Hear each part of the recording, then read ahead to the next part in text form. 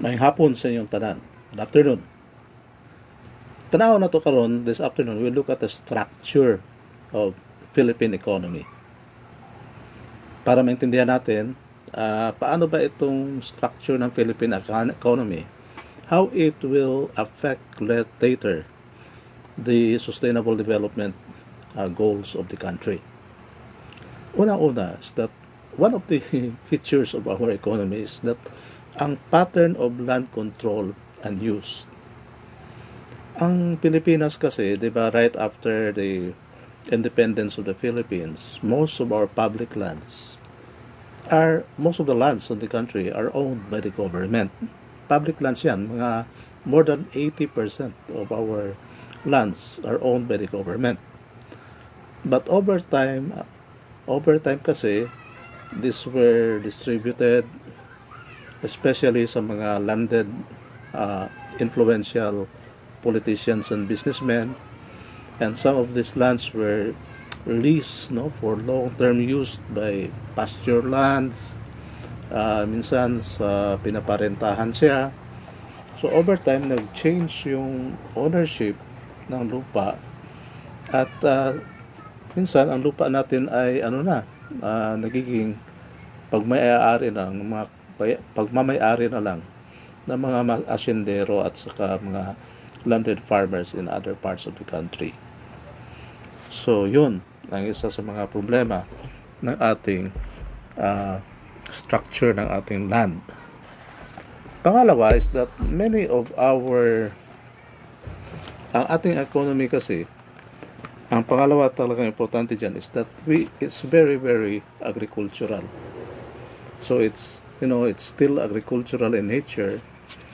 Okay naman sana kung agricultural. The problem is stagnating kasi ang ating agriculture.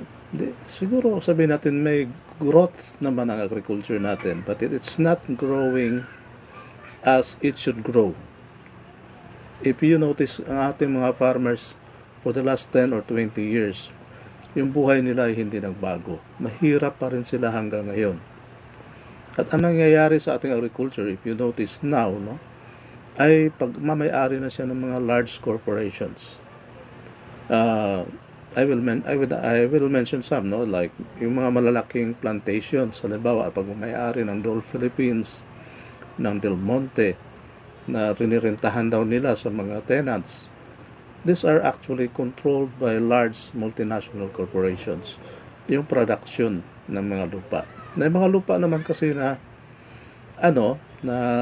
binigay na nga doon sa mga farmers sa land reform, but they are not productive, at ang ginawa ng mga farmers ay kanila namang prininda doon sa mga dating landlords, kaya tuloy hindi pa rin nagbago yung kanilang buhay. So still very agricultural, and it's very, very stagnating yung ating agricultural lands.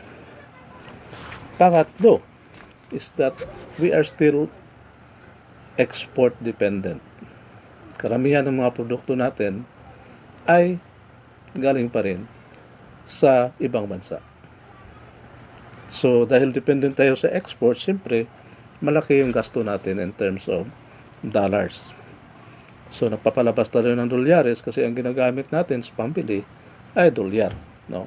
Oil, gasoline na ginagamit natin ay galing sa abroad. Yung mga gadgets, many of our products, mga cars natin, spare parts, many of this come from foreign sources.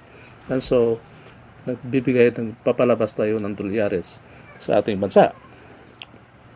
And because masyado tayong export dependent, palagi rin tayong mayroong tinatawag na trade deficit. Nade-deficit ang ating trading because mas malaki yung ating ini-import kaysa ating ini-export. In short, mas nagpapalabas ka ng pera kaysa nagpapapasok ka ng pera sa bansa. Number 4, ito na naman ang masakit, is that tayo ay mababa masyado ang collection ng gobyerno in terms of revenues. Mababa ang ating tax collection rates dahil sa corruption, dahil sa mga tax evasion na ginagawa ng mga malalaking corporations, sa mga benefits na binibigay natin sa mga international investors, no, yung mga tax holidays nila, at minsan ang nagbe-bear ng brunt ng pagbabayad ng taxes are the government employees dahil sila automatic tax deduction yung sa kanila. Pero yung mga private businessmen and big corporations, sometimes they have ways to lessen the amount of tax that they are paying to the government. At dahil mababa yung ating tax collection, siyempre, paano natin gastusan yung ating trilyon na budget? Kung hindi, mangutang na naman tayo. Kaya every year, lumalaki yung ating utang sa ibang bansa para lang masustain natin yung government services na hinihingi ng mga tao. At ang pinglima is that mababa yung savings ng mga tao, household savings. Let's be honest with ourselves. Sino ba sa atin ang may savings na malaki? I've been working in the government for a long time. Wala savings eh. So, karamihan ng mga teachers ay nababaon sa utang. Karamihan sa atin will retire poor dahil kulang nga yung ating income just to meet our basic needs. And economists will always tell you that a country with low savings rate will have lower economic growth kasi wala nga siyang i-invest, wala nga siyang capital for investment. So itong 5 na importante masyadong mga features ng ating economy, mga structures ng ating economy, ay mga dahilan kung bakit hanggang ngayon mabagal pa rin ang pag-develop natin. So una, yung ating patterns of non-use, no?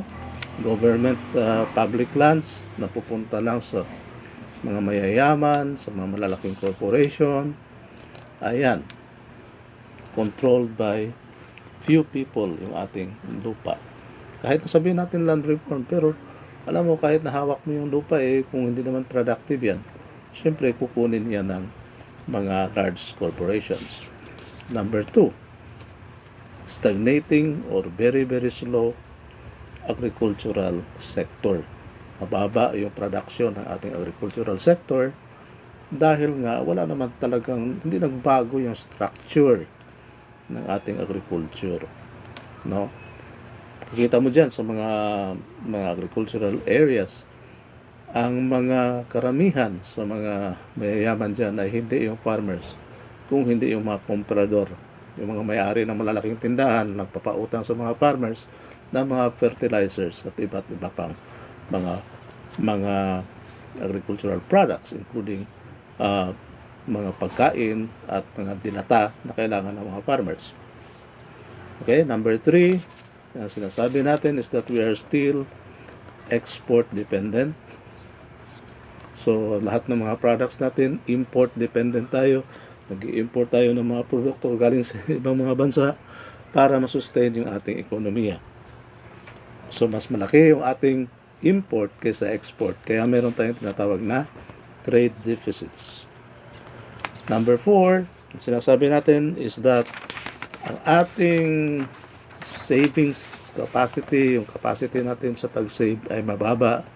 At dahil mababa, baon sa utang yung mga farmers, they cannot invest, they cannot find other ways of improving their livelihood. And then, of course, mababa yung collection rate o revenue base ng gobyerno.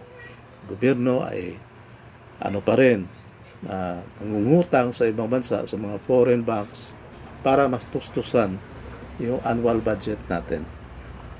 These are the reasons why our economy has not grown as it should have grown compared to countries like Singapore, South Korea, and even to some extent Thailand.